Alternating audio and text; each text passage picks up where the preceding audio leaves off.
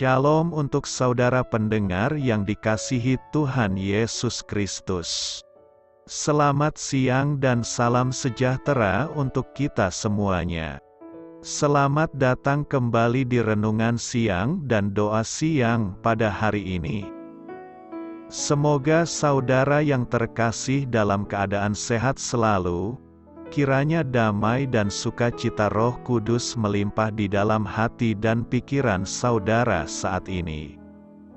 Sebelum kita mulai renungan pada siang hari ini, marilah kita bersama-sama berdoa. Bapa di kerajaan sorga, terima kasih atas penyertaan yang Engkau berikan kepada saya atas siang hari yang indah ini. Terima kasih telah memberi saya kesempatan untuk selalu dapat bersyukur atas segala pekerjaan yang aku kerjakan. Maka dari itu, saya mohon sertailah selalu diri ini sepanjang hari ini. Terima kasih atas berkat Tuhan hingga saat ini aku masih bisa merasakan kebaikan Tuhan dan buatlah agar bibirku selalu mengucap syukur kepadamu. Tuhan Yesus Kristus, terima kasih pada saat ini saya masih bisa bekerja. Tuhan, saat ini saya akan memulai pekerjaan saya. Berkatilah pekerjaan ini dan sertailah sepanjang saya selama bekerja pada hari ini, agar menjadi berkat bagiku, bagi keluargaku dan juga tempat saya bekerja. Berkati seluruhnya di siang hari ini agar berjalan dengan baik dan menjadi berkat untuk kami jalani bersama dengan anak Tuhan yang lainnya. Dalam nama Tuhan Yesus, aku berdoa. Amin. Sahabat saudara rohani, pembacaan ayat emas Alkitab renungan kita siang hari ini.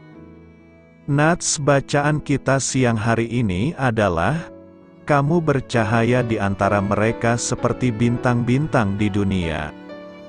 Tertulis di dalam kitab Filipi 2 ayat 15, bacaan kita pada siang ini terambil dari kitab Filipi 2 ayat 1-4 dan ayat 12-16. Jadi karena dalam Kristus ada nasihat, ada penghiburan kasih, ada persekutuan roh, ada kasih mesra dan belas kasihan. Karena itu sempurnakanlah sukacitaku dengan ini. Hendaklah kamu sehati sepikir, dalam satu kasih, satu jiwa, satu tujuan, dengan tidak mencari kepentingan sendiri atau puji-pujian yang sia-sia. Sebaliknya hendaklah dengan rendah hati yang seorang menganggap yang lain lebih utama daripada dirinya sendiri.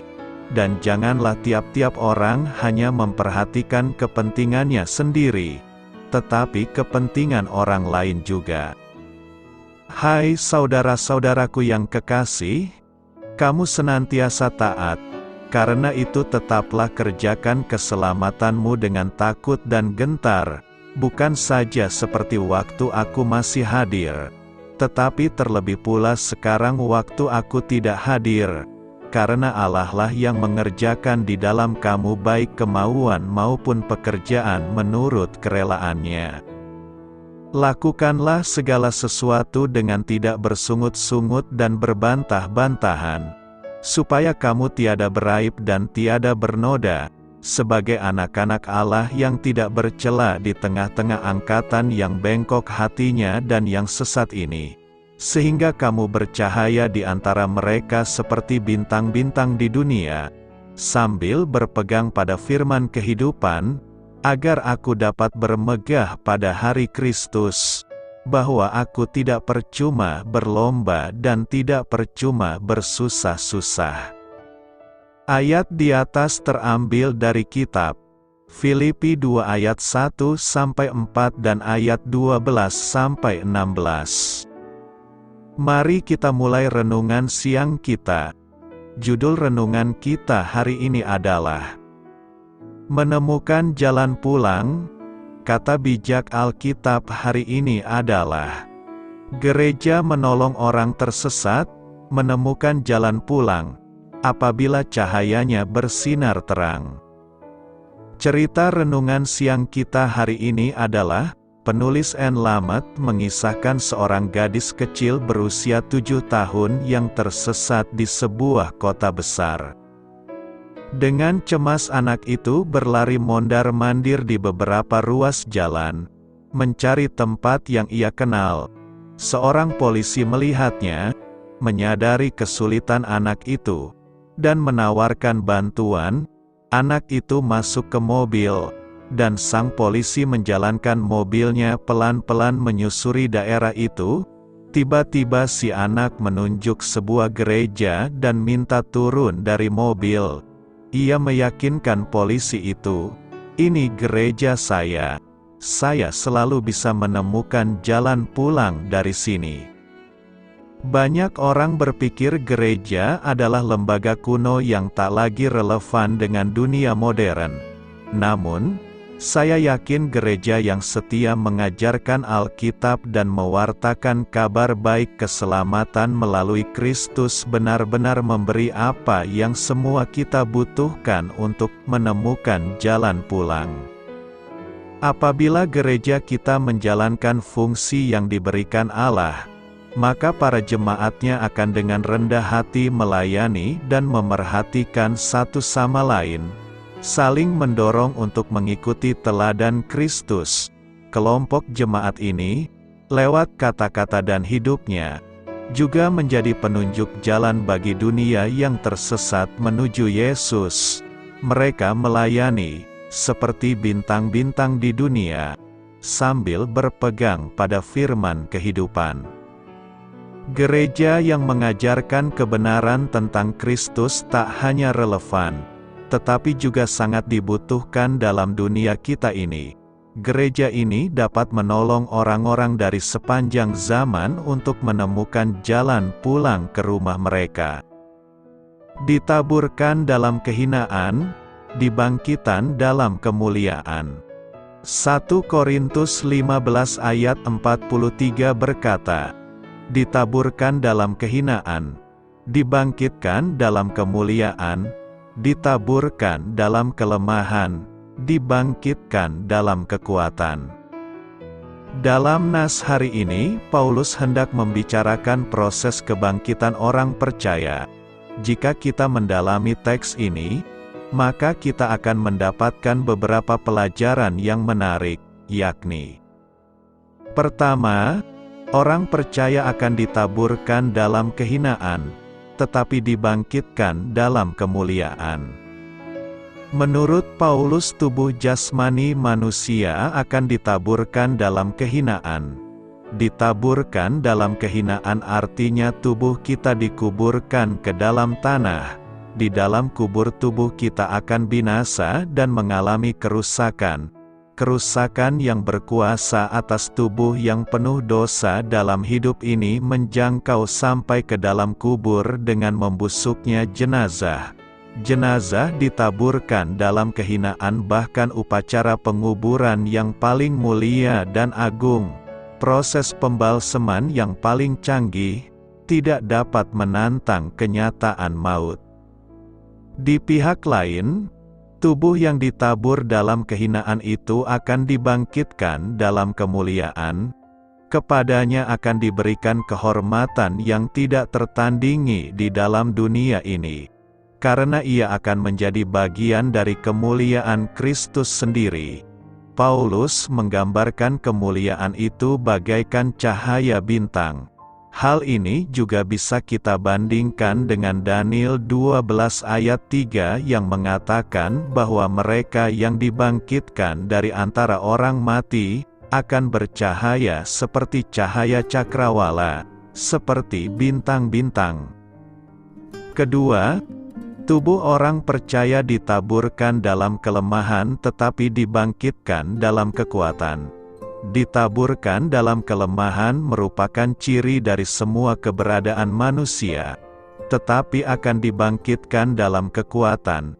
Di sini kembali Paulus menunjukkan bahwa orang Kristen akan ikut serta bersama kehidupan kebangkitan Yesus sendiri.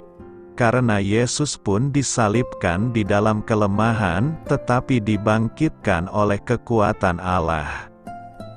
Berefleksi dari nas hari ini, maka kita akan tiba kepada pemahaman bahwa melalui Adam yang pertama, kita memperoleh tubuh jasmani kita, yang cocok digunakan untuk kehidupan di bumi. Akan tetapi tubuh kita menjadi binasa setelah kejatuhan ke dalam dosa. Oleh karena pelanggaran, umat manusia menjadi fana. Semua orang tidak luput dari penuaan, penurunan fungsi, dan kematian. Dari debu kita diciptakan, dan pada akhirnya kita akan kembali menjadi debu. Sebaliknya, tubuh kebangkitan kita akan dibangkitkan dalam ketidakbinasaan. Kita sudah tidak lagi mengalami sakit penyakit, penurunan fungsi, kematian, dan pembusukan. Dan sesudah yang dapat binasa ini mengenakan yang tidak dapat binasa, maka akan genaplah firman Tuhan yang tertulis, maut telah ditelan dalam kemenangan. Karena kejatuhan, kita ditaburkan dalam kehinaan. Pada awal mulanya kita diciptakan sempurna menurut gambar dan rupa Allah. Namun dosa menyebabkan kehinaan. Akan tetapi orang percaya memiliki janji bahwa tubuh kita yang tidak sempurna dan hina ini akan dibangkitkan dalam kemuliaan. Karena telah dibebaskan dari segala batasannya akibat dosa, tubuh kebangkitan kita akan mulia dan cocok digunakan untuk menyenangkan dan memuliakan Pencipta kita selama-lamanya. Tubuh kita yang sekarang juga dinodai oleh kelemahan, baik jasmani kita di dunia rapuh dan mudah terjangkit berbagai penyakit. Kita juga dilemahkan oleh dosa dan godaan.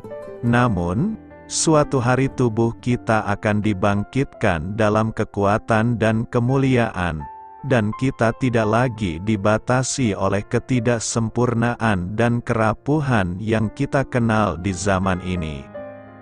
Pada akhirnya, tubuh kebangkitan kita bersifat rohani. Tubuh alami kita cocok untuk kehidupan di dunia ini, namun terbatas pada dunia ini saja. Daging dan darah tidak mendapat bagian dalam kerajaan Allah. Setelah kebangkitan kita memiliki tubuh rohaniah, yang cocok untuk kehidupan di surga. Ini tidak berarti kita hanya berupa roh saja. Roh tidak memiliki tubuh, melainkan bahwa tubuh kebangkitan kita tidak membutuhkan asupan jasmani. Karena itu, mari berjuang untuk menjadikan tubuh jasmani yang hina dan lemah ini kelak menjadi tubuh yang dibangkitkan dalam kemuliaan dan kekuatan bersama Yesus. Apa artinya bahwa Allah adalah terang? Allah adalah terang. Dapat kita jumpai dalam 1 Yohanes 1 ayat 5. Terang adalah metafora yang cukup sering kita jumpai dalam Alkitab. Amsal 4 ayat 18 melambangkan kebenaran sebagai cahaya fajar. Filipi 2 ayat 15 mengibaratkan anak-anak Allah yang tiada beraib dan tiada bernoda, sebagai bintang-bintang di langit. Yesus menggunakan terang sebagai kiasan akan perbuatan baik. Demikianlah hendaknya terangmu bercahaya di depan orang, supaya mereka melihat perbuatanmu yang baik. Mazmur 76 ayat 4 dalam bercerita tentang Allah menulis, cemerlang engkau. Kenyataan bahwa Allah adalah terang secara alami sangat kontras dengan kegelapan. Jika terang adalah metafora untuk kebenaran dan kebaikan, maka kegelapan melambangkan kejahatan dan dosa. 1 Yohanes 1 ayat 6 menulis, jika kita katakan bahwa kita beroleh persekutuan dengan Dia, namun kita hidup di dalam kegelapan, kita berdusta dan kita tidak melakukan kebenaran. Dalam ayat 5 tertulis, Allah adalah terang dan di dalam Dia sama sekali tidak ada kegelapan. Perhatikan bahwa ditulis bahwa Allah adalah terang, bukan salah satu penerang. Terang adalah bagian yang tak terpisahkan dari dirinya, sama halnya dengan kasih. Pesan yang disampaikan ialah bahwa Allah seutuhnya kudus, dengan tidak sedikit pun kejahatan, ketidakadilan, atau dosa.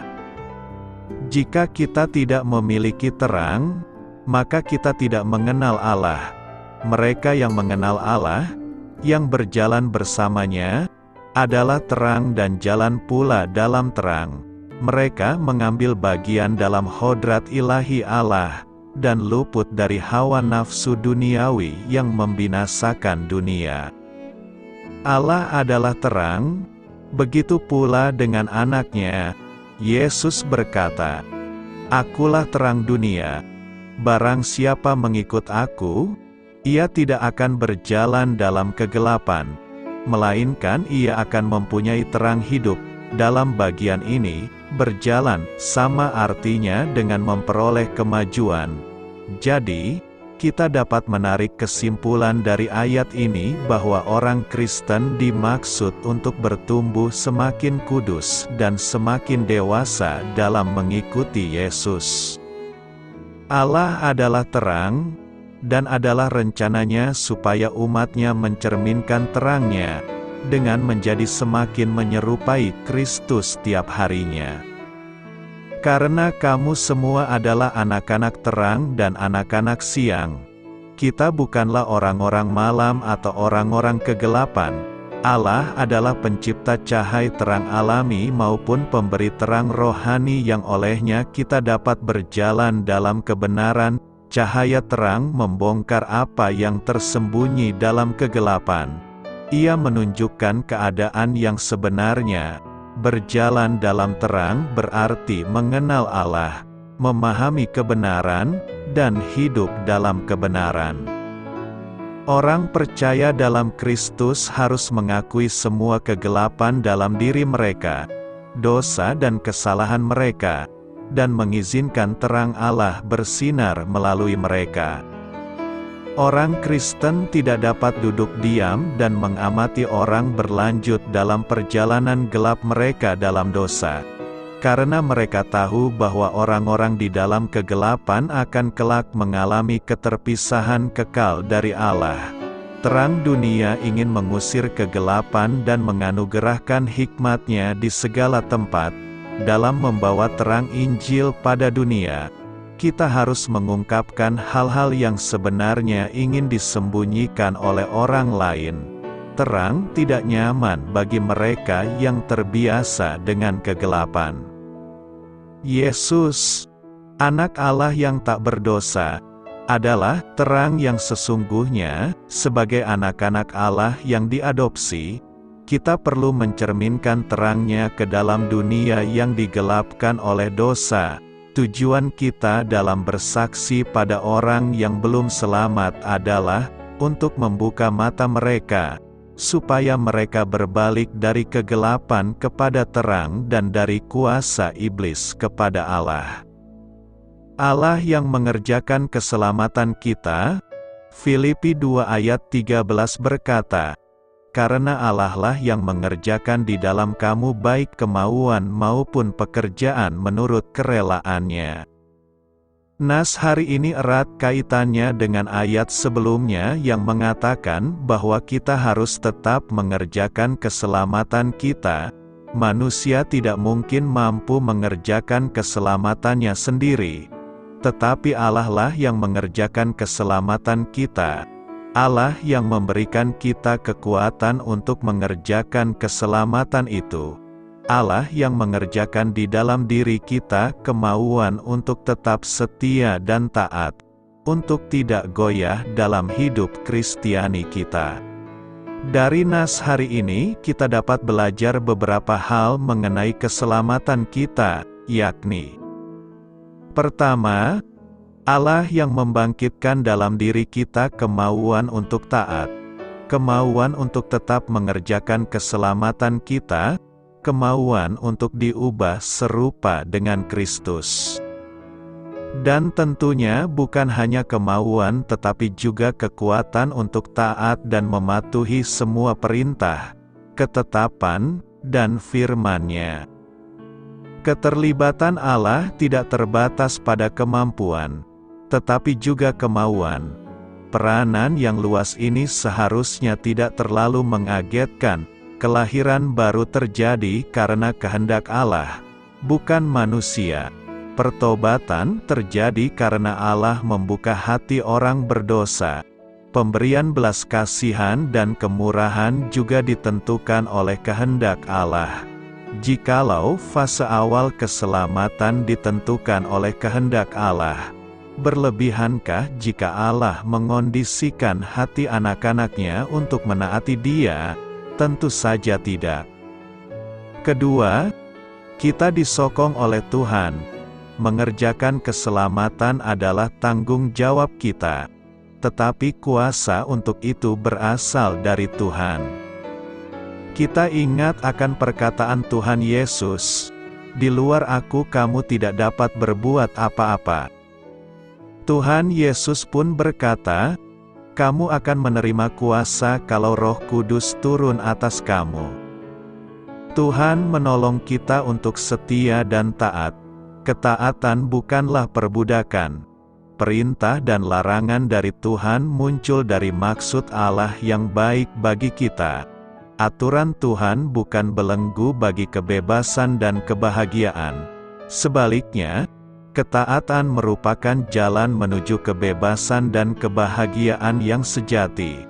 Ketika kita memuliakan Allah, kita akan menikmati Dia. Allah tidak anti terhadap kebahagiaan manusia. Di dalam Dia ada kenikmatan yang sungguh dan penuh. Ketiga, Tuhanlah yang mengerjakan di dalam diri kita. Kalau Tuhan tidak bekerja lebih dahulu di dalam diri kita, maka kita akan sulit untuk taat. Prinsipnya adalah Allah harus bekerja di dalam diri kita terlebih dahulu, memberikan kemauan, sebelum Ia dapat bekerja melalui diri kita. Ketaatan harus dimulai dulu dari dalam hati kemudian keluar dalam bentuk tindakan. Paulus memberi penekanan pada Allah, bukan hanya kuasanya. Dia bisa saja mengatakan, "Karena kuasa Allah diberikan kepada kita," atau sejenisnya. Sebaliknya, Paulus menegaskan, adalah Allah yang mengerjakan, walaupun pribadi dan kuasa Allah tidak boleh dipisahkan. Kita perlu membedakan keduanya. Adalah lebih penting bagi kita untuk mendapatkan pribadinya daripada kuasanya. Banyak sekali orang Kristen yang taat kepada Allah hanya karena tekanan luar, bukan karena kuasa yang ada dalam dirinya. Paulus memperingatkan orang-orang Kristen di Filipi, bahwa bukan karena kehadirannya di tengah-tengah mereka yang penting, melainkan keinginan mereka untuk taat kepada Allah dan berkenan kepada Allah. Itulah yang penting. Mereka tidak dapat membangun hidup mereka pada Paulus, karena Paulus tidak selalu bersama-sama dengan mereka. Memang kekuatan daging dalam diri kita dan kekuatan iblis merongrong kita. Namun kuasa oleh karena kematian, kebangkitan dan kenaikan Kristus juga disediakan bagi kita. Kuasa itu telah tersedia. Kita hanya tinggal memakai kuasa Allah itu dalam pelayanan kita, atau dalam kehidupan rohani kita. Karena itu, Allah lah yang mengerjakan keselamatan itu kepada kita melalui dukungannya kepada kita dengan memberikan kemauan untuk taat dan setia melakukan perintah, ketetapan dan firman-Nya. Allah mengerjakan di dalam kita. Filipi 2 ayat 13 berkata, karena Allah lah yang mengerjakan di dalam kamu baik kemauan maupun pekerjaan menurut kerelaannya. Allah tidak menciptakan manusia menjadi sebatas robot, tetapi Allah menciptakan manusia menjadi alat memuliakannya. Allah mengerjakan di dalam kita baik kemauan dan pekerjaan. Kata mengerjakan di dalam kamu dalam ayat ini berbicara tentang bekerjanya Allah dalam diri orang percaya. Ketika kita mau terlibat dalam proyek yang sedang dikerjakan Allah, kita harus tahu bahwa itu adalah berkat kemampuan pemberian Allah, yaitu karya Allah dalam diri orang percaya yang memberikan baik hasrat maupun kekuatan untuk melakukan apa yang berkenan kepadanya. Dengan kata lain, kasih karunia Allah sedang bekerja di dalam anak-anaknya untuk menghasilkan di dalam mereka baik keinginan maupun kuasa untuk melakukan kehendaknya. Akan tetapi pekerjaan Allah bukan berarti paksaan. Pekerjaan kasih karunia di dalam kita selalu bergantung pada kesetiaan dan kerjasama kita. Allah siap untuk mencurahkan anugerahnya dan menolong usaha yang kita lakukan dengan setia. Kita harus bekerja karena Allah sedang bekerja.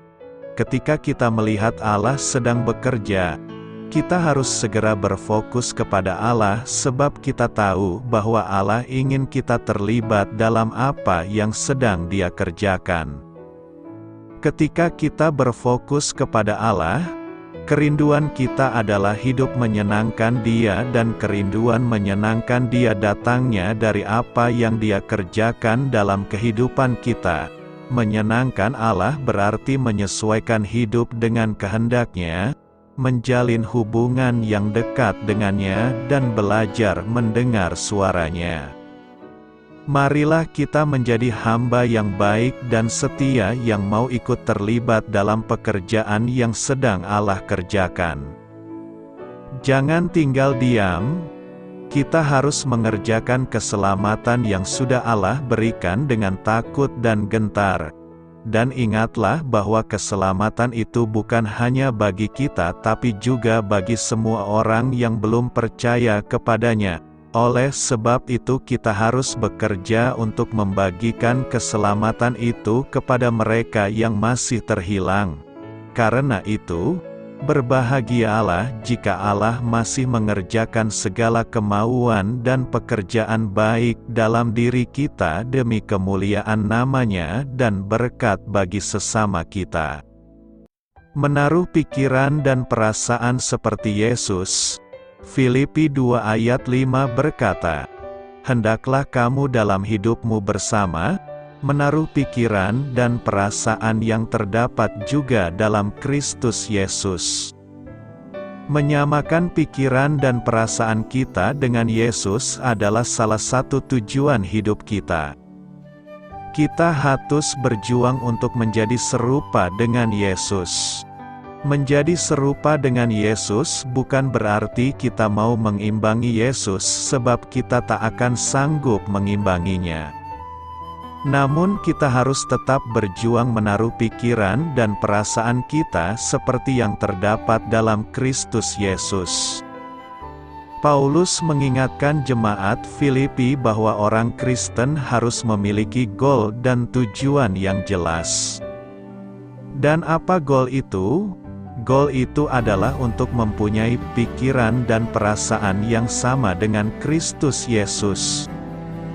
Biarlah setiap orang Kristen memiliki pikiran yang sama dengan Yesus. Yesus sanggup menyerahkan haknya, dan Dia taat total pada pimpinan Bapa bahkan sampai mati di kayu salib sebagai seorang penjahat. Apakah kita masih ingat kenapa pada awalnya kita ingin percaya pada Yesus? Apakah kita tertarik pada suatu visi yang indah, yang membuat kita rindu dan mencari suatu hidup yang mengasihi Allah dan manusia? Setelah banyak tahun berlalu, Apakah kita masih termotivasi dengan sentuhan kasih sayang yang membuat Anda punya kekuatan untuk mengalahkan semua kesukaran yang ada di depan kita? Atau kita telah melupakan akan semuanya itu? Visi indah itu sudah menghilang seperti embun di pagi hari. Mungkin kita tidak berpendidikan tinggi, tidak pernah melewati pelatihan teologi, tidak mempunyai karunia spiritual, dan mungkin juga miskin, tapi semuanya itu tidaklah penting. Yang penting adalah kita harus memiliki visi spiritual. Hal ini adalah suatu keharusan. Tanpa visi spiritual, maka kita bukan siapa-siapa. Jika kita mempunyai visi spiritual, kita tidak akan kekurangan. Karena hal itu akan memotivasi kita untuk mengatasi semua kesukaran dan hambatan yang ada. Bagaimana mempunyai pikiran yang sama dengan yang ada di dalam Kristus Yesus? Pertama, kita harus hidup di dalam Kristus dan bersatu dengannya. Jika tidak hidup dan menyatu di dalam Kristus, kita tidak akan memiliki hati yang sama dengannya. Apakah hal hidup di dalam Kristus ini terdengar misterius? Kristus sudah diangkat Bapa Allah ke surga dan sekarang berada di samping kanan Allah. Tapi kita masih berada di bumi. Bagaimana kita bisa hidup di dalam Kristus? Bagaimana kita bisa hidup di dalam Kristus setiap hari? Bagaimana kita tahu bahwa kita tidak sedang hidup di dalam Kristus?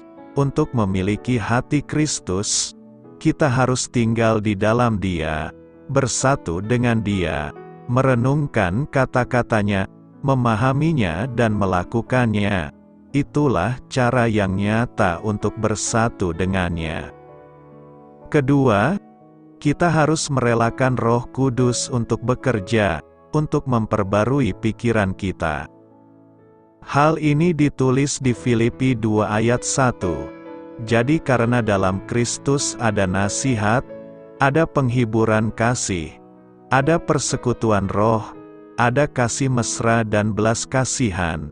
Di Yeremia 13 ayat 23, dikatakan, macan tutul tidak dapat mengubah belangnya. Bagaimana seorang itu dapat mengubah dirinya sendiri? Apakah mungkin untuk sehati dan sepikiran dengan saudara seiman?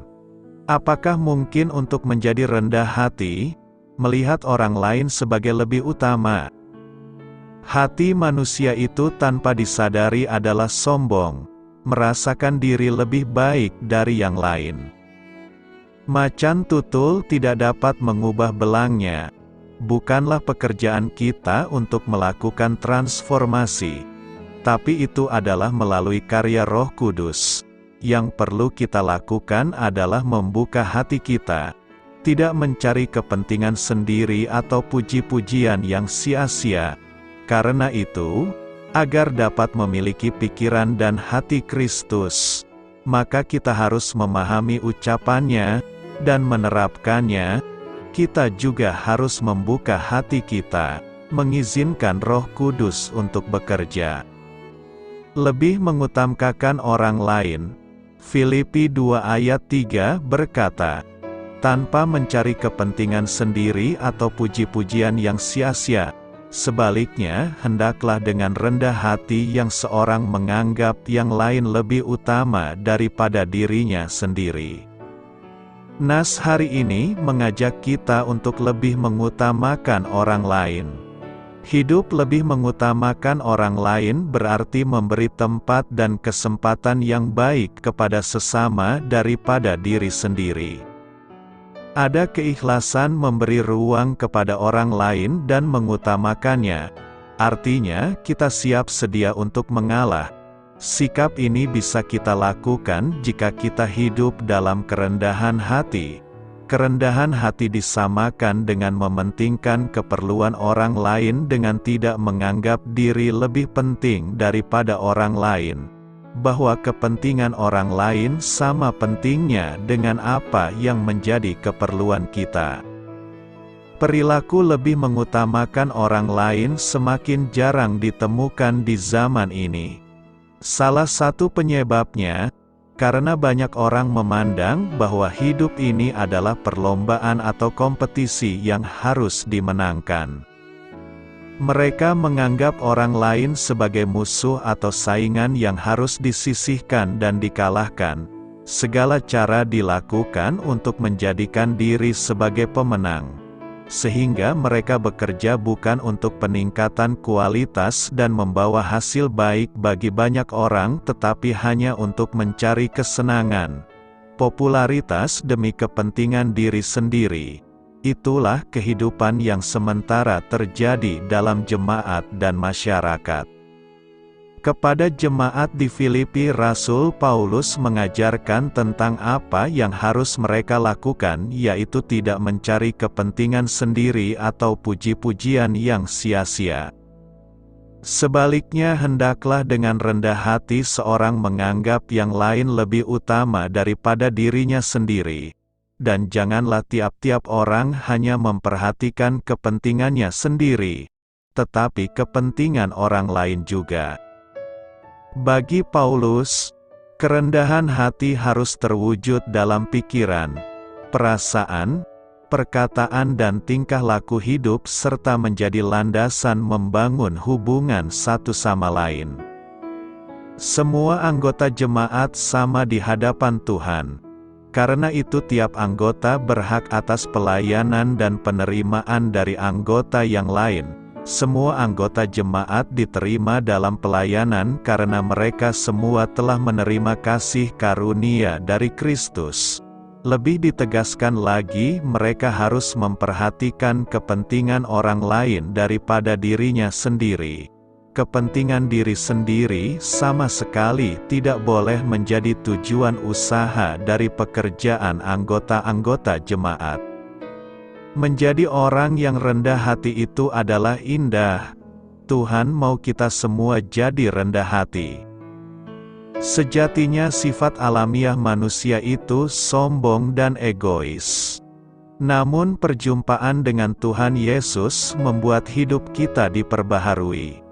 Manusia baru kita di dalam Kristus itu bersifat rendah hati. Ciri nyata orang yang lahir kembali dari Roh Kudus adalah perubahan dari seorang egois dan sombong, menjadi rendah hati dan tidak mementingkan diri sendiri. Sebagaimana firman dalam Galatia 2 ayat 20 disebutkan, hidupku bukannya aku lagi, melainkan Kristus. Isi yang terkandung dalam firman ini adalah ego yang lama mati dan memiliki identitas diri yang baru, yaitu Kristus.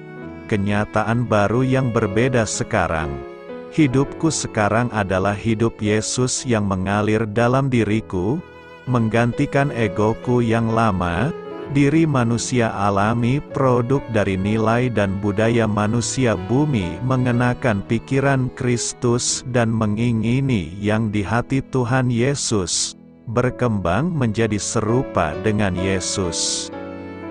Kerendahan hati membuat kita terus melangkah dengan setia dalam panggilan Tuhan. Bertekun mengerjakan kehendak Tuhan di tengah tekanan tantangan dan celaan yang bisa membuat mundur dan kabur. Kepercayaan yang Tuhan berikan terselesaikan dengan benar karena dikerjakan dengan rendah hati.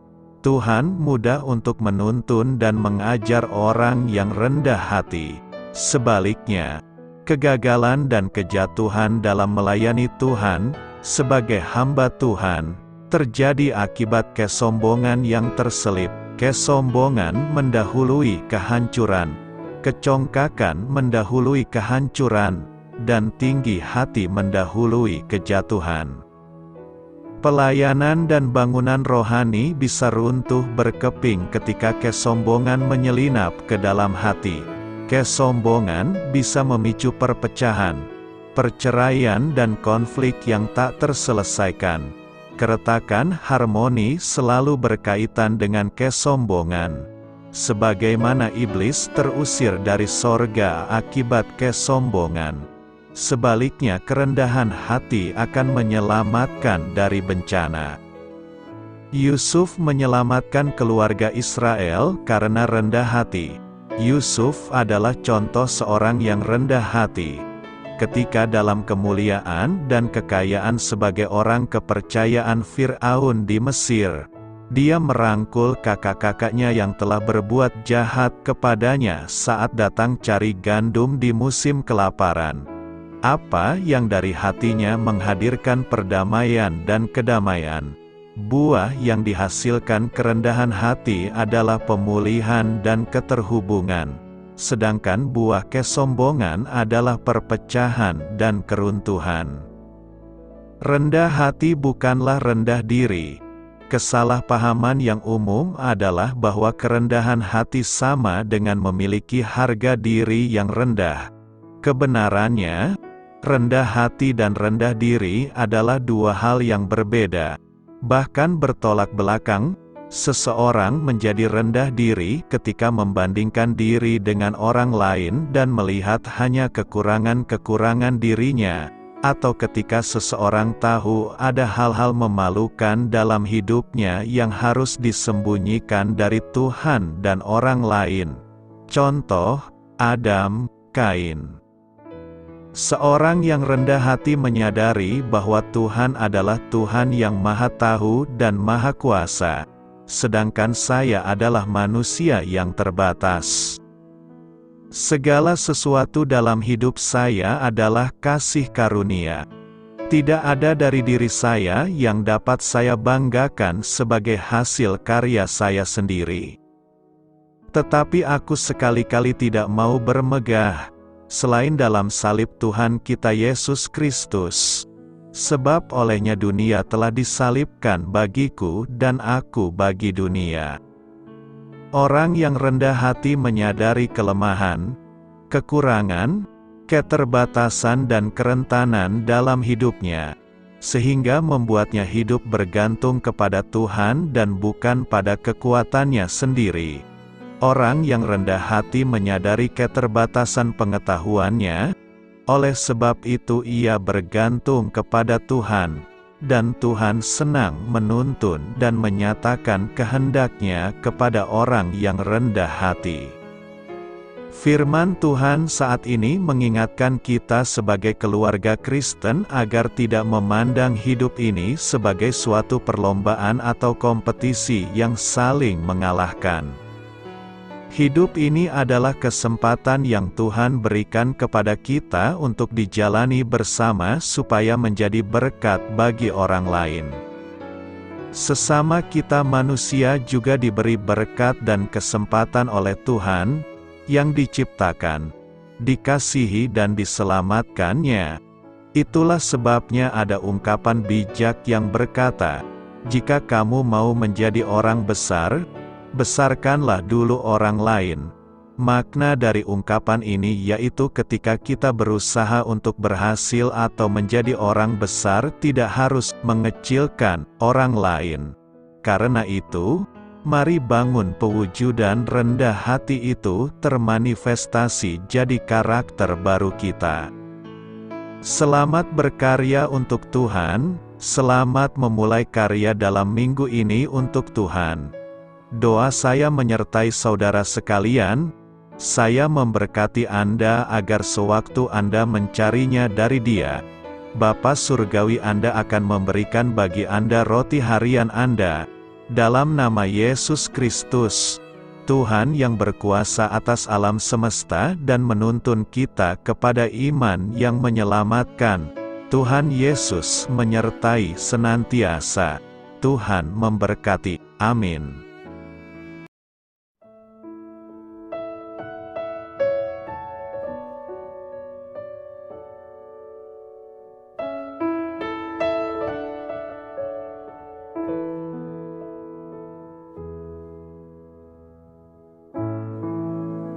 Demikianlah renungan firman Tuhan pada siang hari ini. Semoga menjadi kekuatan di dalam hidup kita dan menjadikan kita pribadi yang lebih sukses. Sebelum kita memulai aktivitas hari ini, marilah kita berdoa.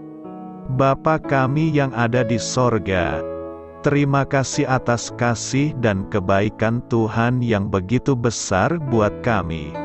Tuntunlah perbuatanku agar di sepanjang hari ini saya bisa bekerja sebaik-baiknya, tidak pernah jemu menolong sesama, selalu ramah dan tahu terima kasih, menghayati iman dan mengamalkannya dengan sekuat tenagaku.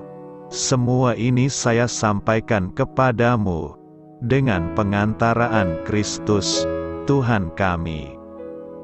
Allah, Bapa kami bersyukur kepadamu, bahwa dengan bekerja kami boleh ambil bagian di dalam karya-Mu mensejahterakan dan membahagiakan umat manusia. Kami mohon bimbingan-Mu dalam melaksanakan pekerjaan kami hari ini. Bimbinglah kami agar sanggup bekerja dengan semangat kasih, dengan riang, rajin dan jujur. Terima kasih, Tuhan. Amin. Dalam nama Tuhan Yesus Kristus Tuhan dan Juru Selamat kami, Bapa kami yang baik, kami mengucap syukur dan berdoa. Amin. Biarlah firman Tuhan menjadi pengingat untuk kita semua, bahwa tuntunan dari Roh Kudus akan selalu memberi jalan keluar bagi setiap permasalahan hidup kita, dan memberi kedamaian di hati kita. Amin. Sampai jumpa di renungan siang saudara rohani berikutnya. Shalom.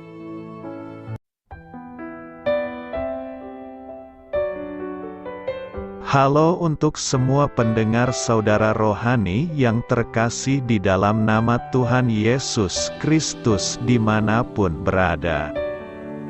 Mari dukung kami, tim redaksi Renungan Harian Saudara Rohani, dengan cara memberikan bantuan, kritik dan masukan. Saudara dapat memberikan masukan melalui kolom komentar di bawah atau mengirim kepada kami langsung melalui email yang tertera di layar Anda, saudararohani@gmail.com. Jika saudara terberkati melalui renungan ini, saudara dapat mendoakan kami dan memberikan bantuan lainnya dengan mengirim email kepada kami. Saya berdoa agar saudara sekalian bahagia dan sehat selalu. Amin.